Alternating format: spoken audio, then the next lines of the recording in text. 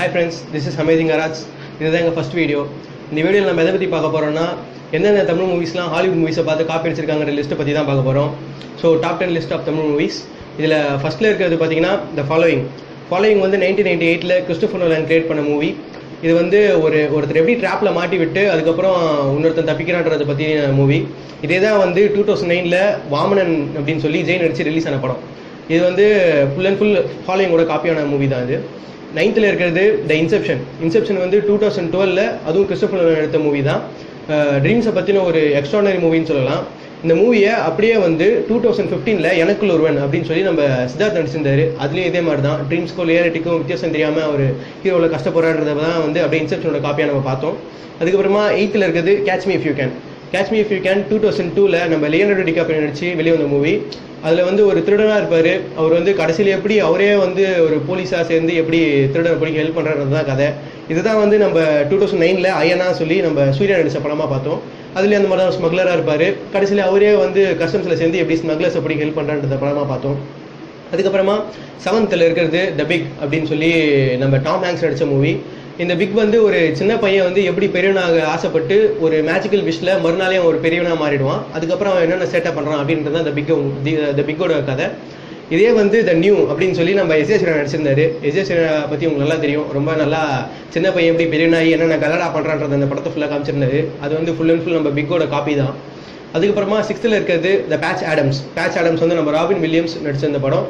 ஒரு டாக்டர், ஒரு வேற டாக்டர் ப்ரொஃபஷனுக்கு சம்மந்தம் இல்லாத ஒருத்தன் டாக்டர் ஆனால் என்னென்ன பண்ணுவான்றதை தான் அவர் காமிச்சிருந்தாரு. அதே தான் வந்து நம்ம வசூல் ராஜா MBBS 2004 வந்து நம்ம கமலஹாசன் நடிச்சிருந்தாரு.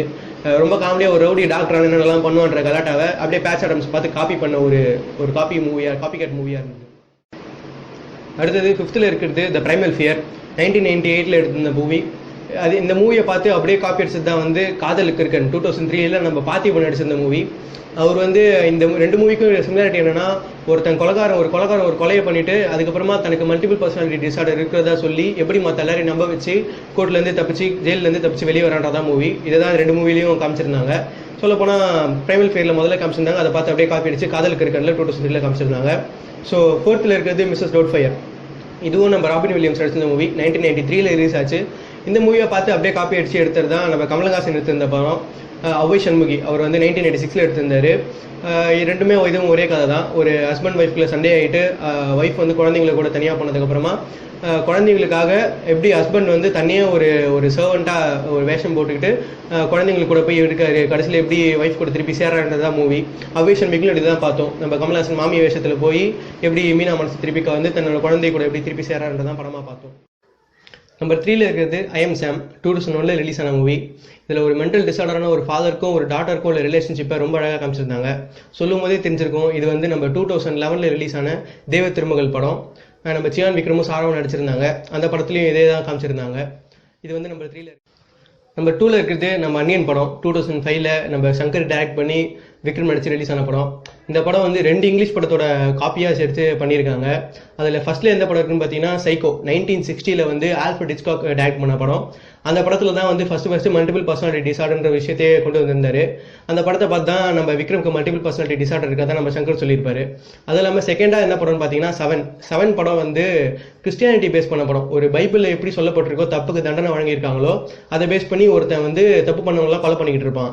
சொல்லும்போது தெரிஞ்சு இதுதான் வந்து நம்ம அன்னியனில் வந்து நம்ம கருட புராணம் அப்படின்னு சொல்லி விக்ரம் வந்து தப்பு பண்ணவங்களுக்கு தண்டனை கொடுத்துட்டு இருப்பாரு. ஸோ இந்த 2 மூவியோட காப்பி தான் வந்து அன்னியன். அதுக்கப்புறம் நம்பர் 1 இருக்கிறது எதுன்னு பார்த்தீங்கன்னா நம்ம கஜினி. நம்ம சூர்யா நடிச்சிருந்த கஜினி AR முருகதாஸ் டைரக்ட் பண்ணியிருந்தாரு.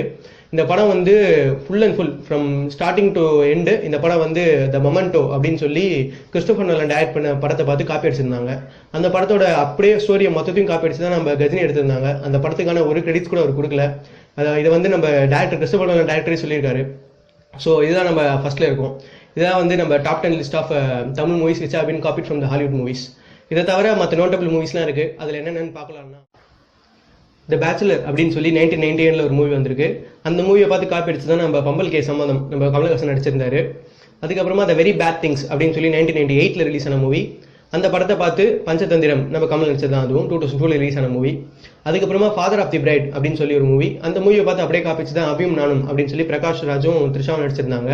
அதுக்கப்புறமா கிரீன் கார்டு 1990 வந்த மூவி. அந்த படத்தை பார்த்தா நல்லா தமேந்தி அப்படின்னு சொல்லி 2003 ரிலீஸ் ஆன மூவி. நம்ம மாதவன் நடிச்சிருந்தாரு. அந்த படத்தை கதை எழுதுனது நம்ம கமலஹாசன் தான். அதுக்கப்புறமா ஃபியர் அப்படின்னு சொல்லி 1996 வந்த மூவி. அந்த மூவியை பார்த்து காப்பி அடிச்சு தான் வந்து காதல் கொண்டேன் அப்படின்னு சொல்லி நம்ம தனுஷ் நடிச்சிருந்தாரு. அது வந்து நம்ம செல்வராகவனோட முதல் படம். அந்த படமே காப்பின்னு சொல்றது கொஞ்சம் கஷ்டமாக தான் இருக்கு. அதுக்கப்புறமா கிக்கு ஜீரோ அப்படின்னு சொல்லி 1990 ரிலீஸ் ஆன ஒரு மூவி. இந்த படத்தோட ஃபுல் அண்ட் ஃபுல் காப்பி தான் வந்து நம்ம நந்தலாலா அப்படின்னு சொல்லி நம்ம மிஷ்கின் எடுத்திருந்தாரு. 2010 ரிலீஸ் ஆன movie. These are some of the notable movies which have been copied from Hollywood movies. This is our first video. We are signing off. We are the amazing garage. Video பிடிச்சிருந்தா like பண்ணுங்க, உங்க ஃப்ரெண்ட்ஸுக்கு subscribe பண்ணுங்க. Thank you.